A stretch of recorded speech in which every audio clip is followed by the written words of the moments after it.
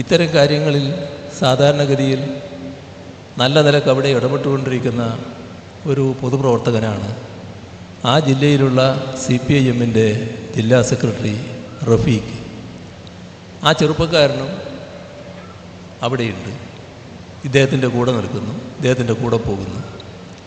അപ്പോൾ ആരെയും അറിയിച്ചുകൊണ്ടുള്ള യാത്രയല്ല മമ്മൂട്ടിയുടേത്.